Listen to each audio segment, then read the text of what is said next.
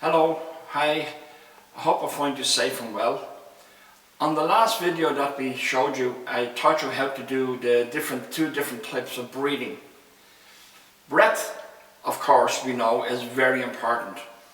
But within the breath there is a consciousness.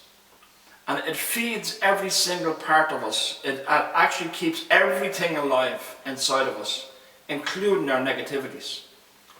And if we don't become conscious of this, we just make those negativities a little stronger each time. So I'm going to explain to you why we should need to cleanse or balance out, if you wish, the three systems within ourselves. Now when I say the three systems, I mean the three minds. For example, we have a body mind, and that body mind consists of fear, desire, lust, all of those negative things. For instance, if you walk down the main street in any town, on both sides of the street you'll see shops. Every one of them has something to do with the body. Our vanity, our ego, our karma comes from the body itself. So if we're not careful the way we breathe, we strengthen those things. So it's very important that we understand that if you want to practice breathing and you want to become enlightened or even halfway there, you must first of all challenge these things. I'll give you a pure example. When we're born as a new child into this world, we leave a very comfortable womb, loving womb, and we come out into the world. This can be very frightening. Our first breath is with a cry, so it's a fear. So we carry that fear with us along the way with our breath. And this point is very important. There are three detachments. We detach ourselves from the spirit world from where we come into the womb, and then we detach ourselves from the mother. Then we also detach ourselves from as we grow older and our ego starts growing, we detach ourselves from the earth, the universe, and the spirit world. These detachments have a great effect on the human being. Everybody feels that they're separated and they're alone. If you practice and become conscious of your breath, you will never be alone. Your own company, in fact, is good enough. So you need to learn to love yourself. While all these fears, anxieties and disappointments, we can't love ourselves.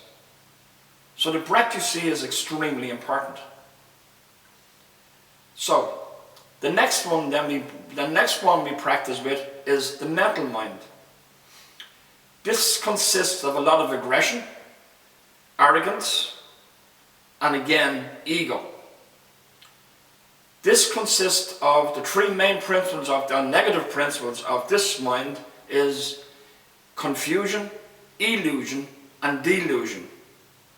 So we go about our lives deluding ourselves and eluding ourselves, and in turn confusing ourselves. And again, as we breathe, if we don't become conscious of these things, we can strengthen these things, which drives us further away from the reality of life. A friend of mine was on Facebook from London, Joe Lee. He was a good friend years ago, and he said we should all waken up to the truth. Well, we do need to waken up to the truth. But if we're going to waken up to the truth, we should stop believing in our own lies for starters. Because we tell ourselves lies throughout our lives. So the breath, you see, is very, very important. Again. The third one is the heart mind. Now this heart mind is three principles of the heart mind is acceptance, kindness, and compassion.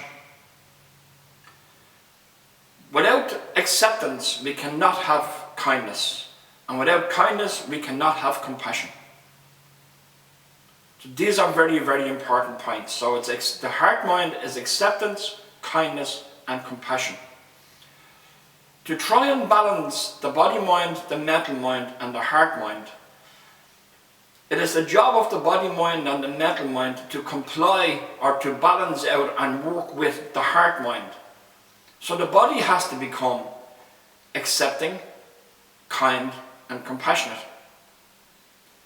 The mental mind also has to become accepting, kind and compassionate. Then we have a chance of becoming somewhere on the road to enlightenment. Thank you.